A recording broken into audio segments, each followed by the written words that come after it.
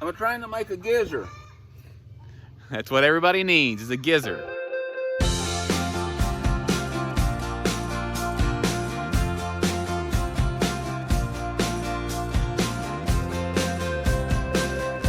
I want to raise and lower the sides a little faster than with that crank that we have out there. I need something I ain't got. And I want to put it in a drill. I think Al at Lumna Acres does it. People who put the high tunnel up did it as well. The hook that I had in there wasn't doing the job. It would slip out of there really easily. So told Papa about it, and he started working. He's bending it back so it'll hook in there really well.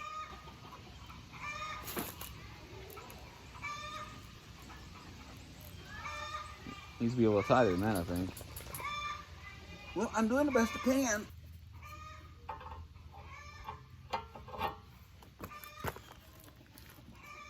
Will that hook in it?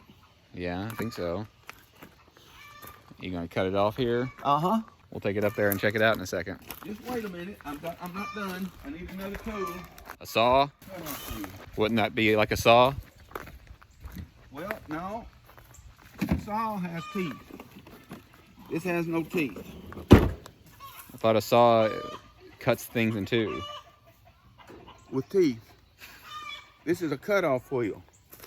So in order for it to be a saw, it has to have teeth. That's right.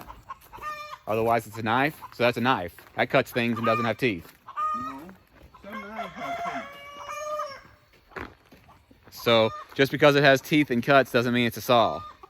Maybe not. If you cut something, go back and forth with it, even if it is a knife, aren't you sawing on it? I think you're just trying to piss me off. I think if you go back and forth with it, then it's a saw. No.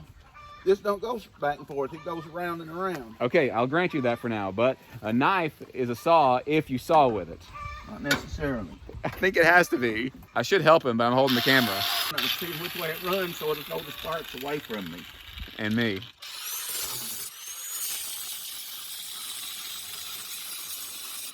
Don't try this at home without protective equipment. We'll see if it'll work. I'll see if it works in a minute. I have to get up to the house to do that, and I'll walk up here. My ATV is on the fritz. But that'll probably chuck up and will work. I'll show you what I had been using, and then I'll show you this. That'll work. All right, I got my drill. This is actually Chad's drill. My drill went on the fritz. It was a Bosch drill. I've had it for a few years. I think it got wet. I think the kids got a hold of it. It got a little wet. It's my cordless drill. And now it just won't function. It won't move. Keep charging the batteries and it won't do anything. It won't move one way or the other. This one is from Harbor Freight, and it's one that Chad bought. Let me show you how this works. Here's the crank they came with, and here is the one that Papa just did. Do you see that? Let's see if it fits in there. Yeah, it fits in there. And here's the one that I made, just out of one of those hooks. And I'll show you the problem. So I put it in here, and it fits in there just fine. It goes down okay, but when I want to go up, it just comes right out. Watch. I'll try to go slow.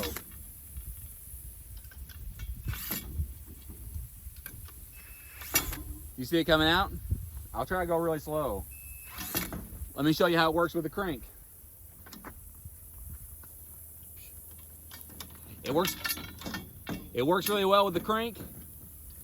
It's just a lot of work on my little shoulders, which I could probably handle the exercise, but I want to get it done speedily. This will barely chuck up, I think.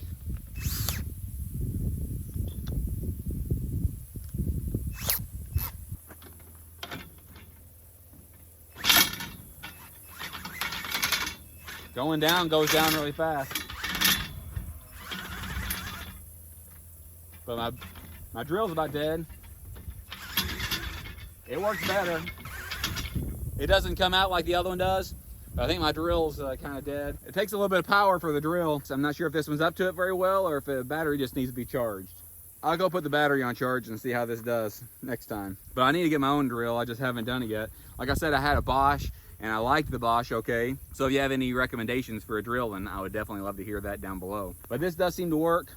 I might need to straighten it out a little bit because it does seem to shake my hand. Papa said that we've got a cutter worm in here. A couple of the corn stalks has come down. See it? Just right on the ground. Papa said a cutter worm did that. I didn't know cutter worms existed.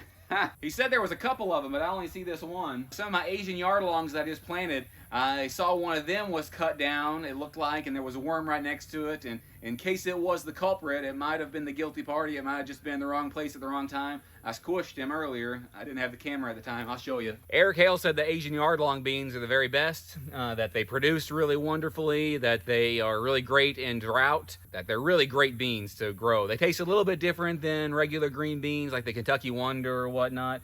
But they're really great. So I got some on eBay, and I planted 15 of them to see if they would do well this late in the season in the high tunnel. And it's warm in here. It's warm in here, but it's been cold outside the last few days, especially in the morning. And it's not hot outside right now, but it's not cold either. So it's kind of halfway in between.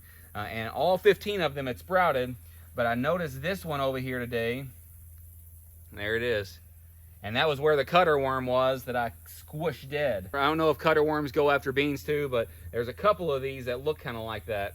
But the other ones, they're growing up really, really fast. So maybe they'll produce something this year, and we can save some of those seeds so we'll have a lot more for next year and see if Eric's right. Maybe eat a couple of them too. So I got the tractor out in order to get some of this mulch over here. Here's my mulch pile over here in the corner. It's kind of growing up a little bit, but there's still quite a bit of mulch there, or wood chips. It's decomposed a bit, so it's looking really nice. I want to take it and put around this zucchini and squash.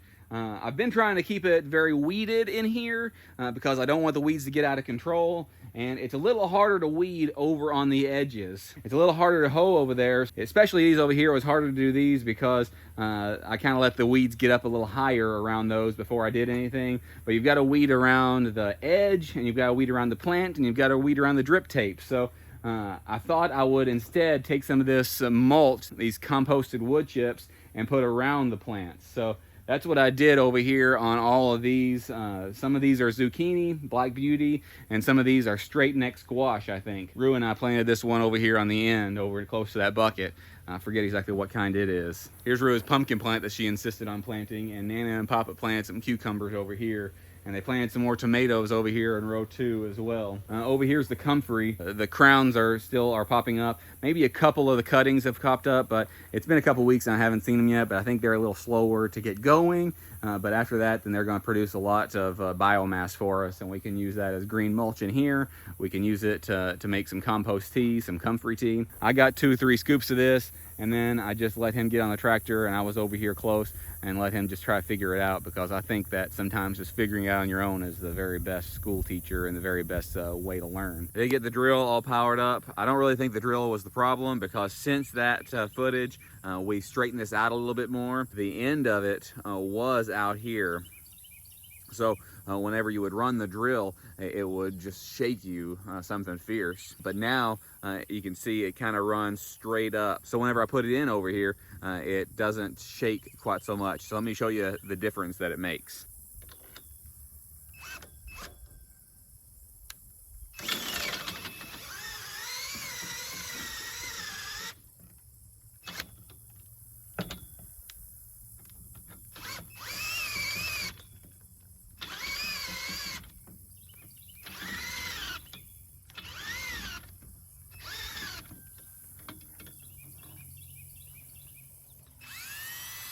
It's still not perfect. I think I might need a different drill, one that's a bit more powerful. If you have any suggestions for me on one that you think I should get, this is going to work just fine. It raises and lowers it easily. I have to monitor it a bit because it gets cool in the evening and the sun comes up during the day, and it gets really warm in here whenever that's the case. If it's a sunny day, I've really got to watch it very carefully at this time of the year. If you like things like this, us using our high tunnel, learning how to grow in the high tunnel, learning systems for our high tunnel, then like and subscribe, hit that notification bell and select all so you never miss a notification. We don't just do high tunnel videos, even though there have been a lot of high tunnel videos recently. We also have cattle, and we have pigs, we have a pond, we have chickens, we have guineas, we have other farming and other vegetables that we're growing, all sorts of perennials. Look over this way. You might be able to see just in the distance all of those Jerusalem artichokes. Really looking forward to harvesting some of those. So look for a video of that coming up. But we really do appreciate sharing with you our journey and sharing with you what's going on. Keep coming back for new videos. We do a new video on Tuesday, Thursday, and Saturday, and a live stream on Sunday night at 8 p.m. Central Time. Thanks. She's gonna bite me. Oh, see? Oh God.